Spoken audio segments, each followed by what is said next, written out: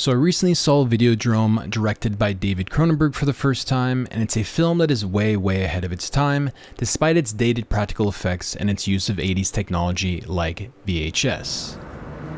Oh my God! It's one of the most conceptually disturbing films that I have seen, and apparently it was even banned in a number of countries at the time. It does act as a prediction and warning with the direction society has headed with technology and screen addiction. The television screen has become the retina of the mind's eye.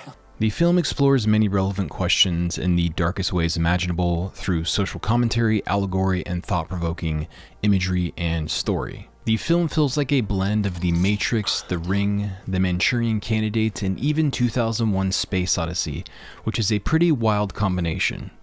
After all, there is nothing real outside our perception of reality, is there? I do think the film has a pretty big philosophical or existential impact on its viewers, even more so as time passes with the invention of smartphones, tablets, VR, and AI.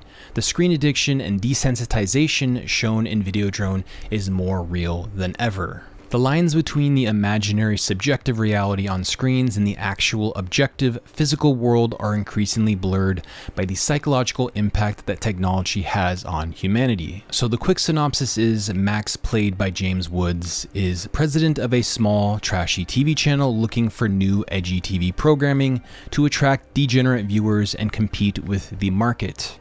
In order to survive, we have to give people something they can't get anywhere else. He taps into a signal of a show being broadcasted called Videodrome, showing torture videos which he thinks are actors. Of course, they're not, and he wants to use this show for his own channel. After being exposed to and watching the terrible program himself, he begins having violent and disturbing hallucinations where the lines of reality and the television screen begin to blur. He descends into a sort of transhuman dystopian hellscape as he uncovers how and why Videodrome is happening. His girlfriend, played by Blondie's Deborah Harry, also gets drawn into Videodrome, or perhaps she was part of Max's hallucination the entire time. It's all made to be very ambiguous, and I'll discuss the details of that later in the video. He encounters Brian Oblivion through his daughter and learns that Videodrome is a sort of technological signal that induces a physiological change in the flesh and the brain, inducing a tumor that causes hallucinations and the blending of television and reality. It was called Videodrome. As Max descends further into his hallucinations, he meets those responsible for the development of Videodrome, Barry Convex. Convex, of course, alluding to eyes and perception. It's revealed to Max that Barry and his grunt Harlan plan on using Videodrome as a weapon, but only on those twisted enough to tune into the trash television program. A perfect example of those doing terrible and evil things while telling themselves they are doing it for an overall good cause. But why would anybody watch? Why would anybody watch a scum show like Videodrome? The means justifying the ends, the typical excuse for those who do evil. Max progresses deeper into Videodrome, which allows Max to be turned into a programmed mind control assassin for Barry Convex, which seems to be the ultimate goal of Videodrome, to create mind control victims. This device is used to help complete the mind control programming and does look eerily reminiscent of VR headsets of today. When we look around at the effects of social media and most of humanity perpetually staring into smartphones and screens, we can see a major impact in the real world. Of course, Oblivion is not the name I was born with. That's my television name.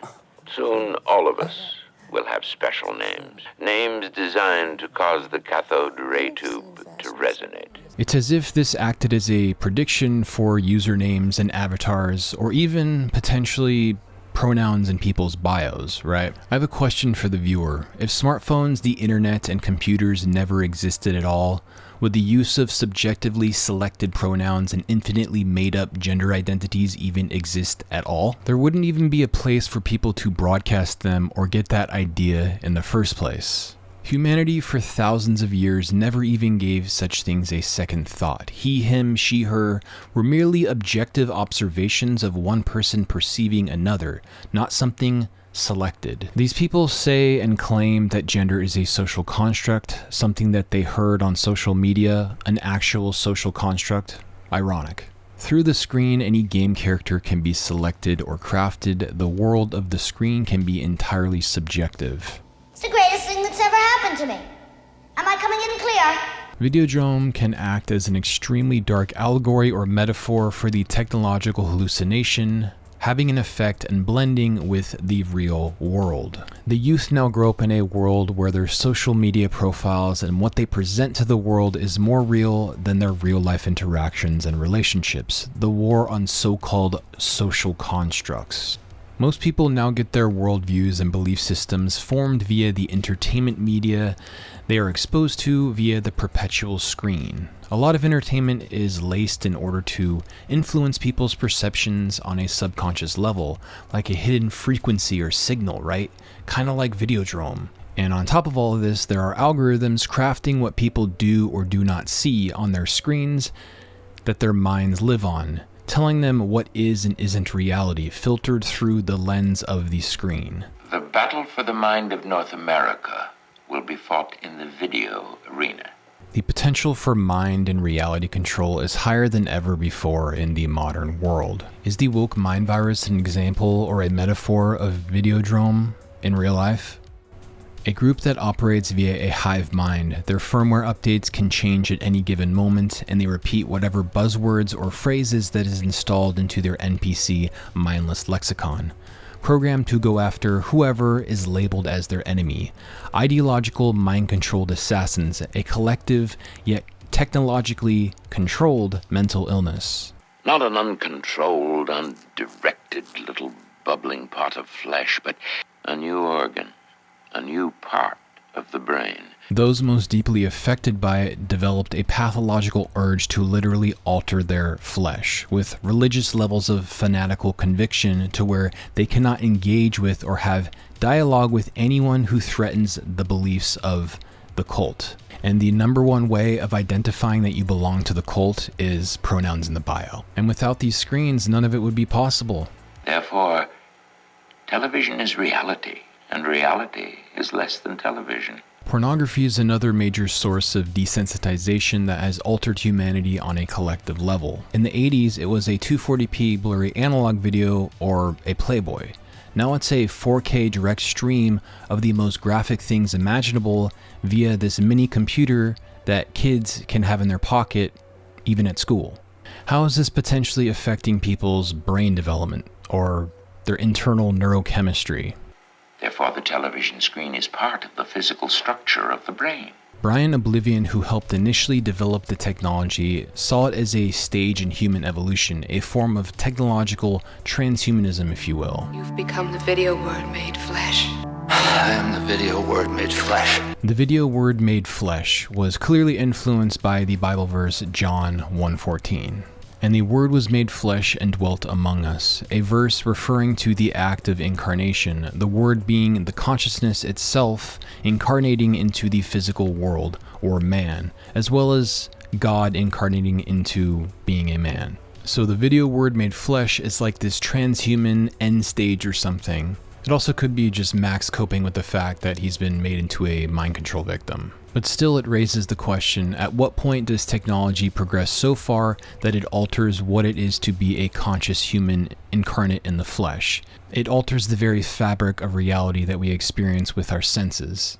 A world of instantaneous manifestation of thoughts or ideas made real through hallucination we call technological reality. Granting humans literal godlike power and influence over their and others' reality is incredibly dangerous, or can be incredibly dangerous. Technology itself was developed in a sense to cope with human limitations and human mortality, but what is the absolute upper limits of that? On a philosophical level, that's perhaps why Videodrome depends on visually watching an extreme and violent death. This desensitization to human mortality and life itself, allowing for complete disassociation from human reality and objective reality.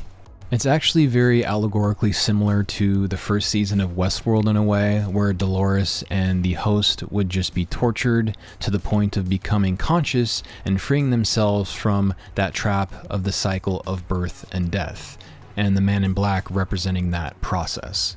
So back to the question, was Max's girlfriend a hallucination the entire time, as she only appears immediately after Max has watched Videodrome? I do think it's made to be intentionally ambiguous. Was she a victim that he saw in Videodrome initially and they used her image to seduce him further into Videodrome?